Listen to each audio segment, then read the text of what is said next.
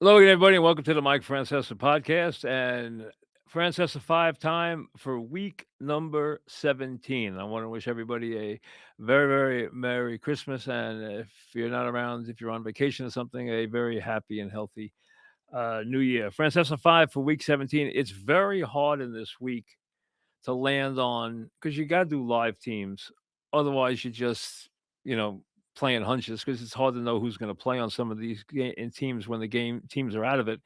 So it's hard to wind up anywhere except on the favorites. I wound up on all favorites. Unfortunately, I did dig for a dog that I liked, but I couldn't find any. So here we go for week number 17.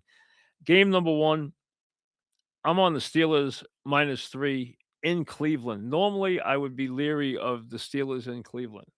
I embrace the rivalry. I understand what it means for Pittsburgh when they enter Cleveland and how much Cleveland fans would love to beat uh, the Steelers.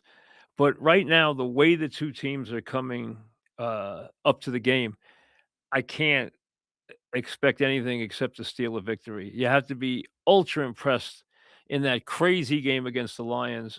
I tell you, I did not pick the Lions last week because I knew they were banged up in the secondary, but I did not think Pittsburgh would go in there and win that game the way they did. Rodgers has actually gotten sharper and sharper. Uh, Bringing in Thielen has given him another weapon as far as someone who can run routes and he can trust and he knows where he's going to be. You can see him getting better and better with his backs. You can see him getting better with the tight ends, especially Fryhoff, who I think is going to be Frymouth is going to be a bigger target in the weeks to come and in the big games because I think there's a connection there that's developing. Um, the way they ran the ball, I know that said something about the banged up Lion defense, but the bottom line is as long as they keep Garrett under control, I think it's going to be a big game for the Steelers. The Steelers are 3-point favorites, which is pretty light considering with a win, they cement the division. They win the division title. They get the week off. And you know what? They can all use a week off over there. Some of their key guys can use a week off. Rodgers can use a week off. It would be a very big week of rest, and they don't have to worry about the Ravens in week number 18. They can lock up the division title, win their 10th game. So I think there's incredible motivation for the Steelers. It's always a big rivalry game. I like the Steelers -3, game number one. Game number two, the Ravens will play the Packers Saturday night. The Ravens have to win this game and then beat the Steelers. They have to also hope the Steelers don't win in Cleveland because if it does, it doesn't matter what the Ravens do. That's how bad the situation is for the Ravens right now. Ravens don't know right now if Lamar Jackson's going to play. I would say if he plays, he's 50%. I don't think he plays, but if he does, he will not be himself. The back injury now added to the hamstring, added to the shoulder, added to the knee. It's been one thing after another. He hasn't looked like himself under any circumstances, either throwing or running the ball. Uh, I think there's a better than a small chance, not a 50-50 chance, but better than a small chance that Harbaugh is finishing his career in Baltimore. I have said this before. If the owner feels that he needs to make a change in Baltimore, which could happen, the Giants should be waiting with a contract and a pen and sign John Harbaugh as their head coach. They should not let him delay. It should be as quick as Kansas City jumped on Andy Reid when he left Philadelphia. They should sign John Harbaugh as their head coach. That's the guy for the job. If he is let go by Baltimore on Black Monday, we'll see what happens. Now, the Packers, Love practiced on Tuesday. He's been in the meetings all week, but he has not yet been cleared of the concussion protocol. We believe he will be. I believe he will be the starter. If he's not, Willis has said despite the injury he has to his shoulder, he can play. So he's there to back up so they won't have to go with an extreme quarterback one way or the other. I would be comfortable with Willis also. Packers make the playoffs with a win. There are better things for the Packers. They could still win the division title with 2 wins and 2 bad losses, but what they can do is ice a playoff spot with a W. That's what they wanna do on Saturday night. Last Saturday night was horrific for the Packers. They lined up with a 99% chance of winning the game and fumbled the onside kick. It happens. It was a devastating loss. They were the first team in the NFL on the south side of 2 minutes with a 10-point lead to get beat in the last 500 NFL games. That's how unusual. And the Packers at that point had a 98 point something chance of winning the game, and they lost. They will make up for that this Saturday night. Packers minus 2.5 against the Ravens. That's game number 2. On Christmas, the Broncos will be in Kansas City. Kansas City's quarterback is Chris Oladokun. Okay? Minshaw's gone. Mahomes is long gone. He's on the couch after knee surgery. The Chiefs are the biggest underdog they have been at home in over 50 years.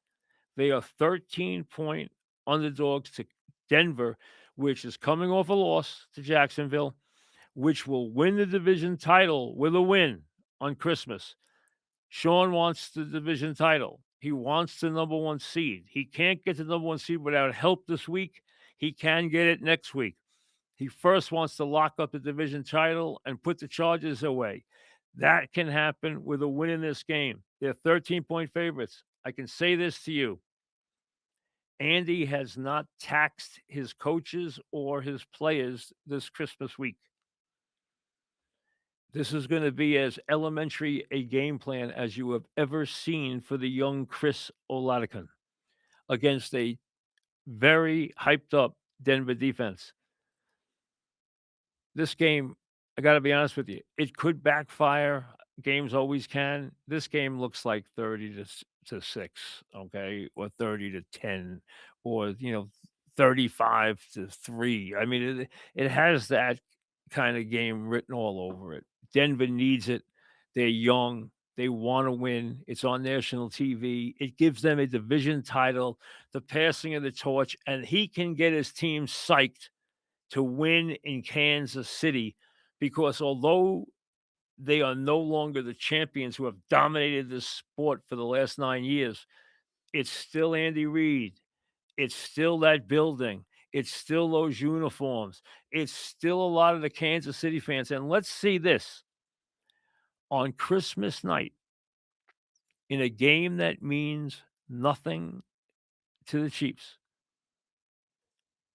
how many Chief fans show up to show pride for what they have enjoyed for the last 9 years? The last 9 years, they have won 9 division titles. They have been in the AFC title game 7 times. They have been in the Super Bowl 5 times. They have won 3 Super Bowls. They have completely dominated the sport behind their legendary coach and their legendary quarterback. Do they show up to pay homage to the franchise on a week where they just learned that they are moving to a new building in the years to come? A $3 billion new building in the state of Kansas? Or do they not show up? I'll be fascinated to see that, because that franchise, the Chief fans have a lot to be thankful for. And that franchise has given them anything you could possibly want as a fan over the last 9 years. They have owned the sport for 9 years, 9 division titles, 7 AFC title games, 5 Super Bowls, 3 championships. I mean, come on. It's over. It's over. That run is over. It's ended. You're going home this year with a losing record. Your quarterback's on the shelf. I want to see how that happens. I think Denver still paced them to the wall. Denver minus 13, game number 3. We moved to the Sunday night game and the Monday night game. San Francisco plays the Bears. The Bears have been the miracle team. The Niners have a suspect defense that can't stop the run, and we know the Bears can run the ball. And the Bears have a in-between defense against a Niner offense that right now is playing on such a supreme level. It is almost scary how well they've played in the last 3 weeks. They basically haven't punted in weeks. That's how good they've been with this offense. They annihilated the Colts on Monday night. I think the Niners, who can still be the number 1 seed with 2 wins, a win here and a win against the Seahawks, and they are a number 1 seed. I think the Niners win. I think they cover the 3. Give me the Niners. And then the last game, Rams are in Atlanta. The Rams are going to win 13 games and not win a division title. But they, to me, are the team that's going to the Super Bowl out of the NFC, and they are going to flex their muscles on the Falcons. Listen, the Falcons are not a 6-9 team. They're a good team with a bad coach masquerading as a 6-9 team. They have talent come on both sides of the ball. They ooze talent. They have so much talent, but they are badly coached, and they're going to see what it's like to play an offense that's a machine. As the MVP hits, I don't know if Adams is playing. I'm figuring he's probably not. But you know what? Nakua will get another 200 yards and 10 catches or 12 catches. And the Rams, they're an 8-point favorite. That's a lot. I think Atlanta will score some points. I think the Rams will score a whole bunch more. Give me the Rams -8. So all favorites this week. I think that's the way you have to go in week 17. Steelers -3, Packers -2.5, Denver -13 in Kansas City, San Francisco -3, Rams -8. The Francesa Five for week 17. Merry Christmas.